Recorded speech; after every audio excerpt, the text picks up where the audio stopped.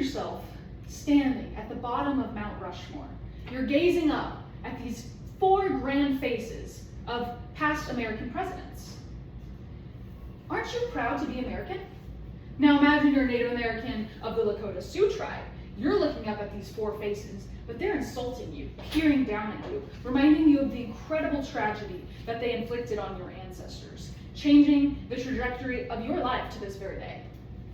Since 2020, when the controversy around these historical monuments began, I have been significantly more interested in digging through the dirty history of some of America's most monumental treasures. The historians actually began digging up the truth behind this specific monument, and writer Matthew Scher revealed the horrors behind the creator of Mount Rushmore, Gutzon Borglum. The history behind Mount Rushmore is so very skewed. These four men are not the saviors of all America. For some, they burned it down and left them to live in ashes. The Lakota Sioux tribe had their land ripped from beneath their feet, their lives, and the children of their children and their children's children stolen from them from the United States federal government. Now let me tell you a little bit about the man who created Mount Rushmore. His name is Gutzon Borglum. Gutzon Borglum was hired while he was working on another project called Stone Mountain. It was commissioned to him by the United Daughters of Confederacy. So during this time, Borglum found himself falling into the notorious white supremacist group, which you would know as the Ku Klux Klan, who also had a hate for Native Americans. One time, Borglum wrote, "I would not trust an Indian offhand 9 out of 10, where I would not trust a white man 1 out of 10. So this kind of expresses his hate for Native Americans. His racist predilections also led him to mention his fears of a supposed mongrel horde overrunning the Nordic purity of the West.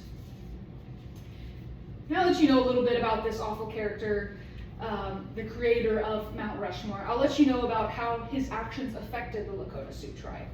So before Mount Rushmore was the towering memorial it is today, it was actually home to the Lakota Sioux Indian tribe, and it was called Black Hills. So Black Hills are considered to be one of the most sacred sites for the Lakota Sioux tribe. They considered it the womb of mother, the location of ceremonies, vision quests, and burials. And this is what makes Mount Rushmore so controversial today.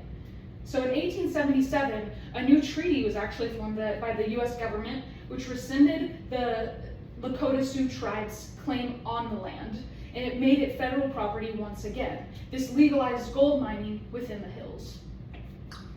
The greatest example of how deep these men were hated and the indigenous people were hurt was through President Abraham Lincoln. In 1862, the tribe was experiencing this severe starvation due to their failed crops from the year before. The federal payment that was granted to them supposedly was too late to arrive.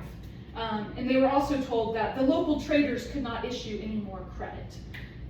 In desperate need of help, they contacted a federal agent on behalf of the Lakota Sioux tribe. The agent told them that they were free to eat grass. Now I'll be showing you a visual aid. It's a picture of a mountain of bison skulls. The federal government went out, killed 1.5 million bison, so that the Lakota Sioux tribe would have to rely on them more for help, for money, for food, for anything they needed, and they would basically make them their little slaves. So now that you know about the toll that the US government has taken on this Lakota Sioux tribe, you can probably understand how it would affect Native Americans today. So they were sent to the Pine Ridge Reservation. This is home to members of the Lakota Sioux tribe today who still continue to struggle because of these problems.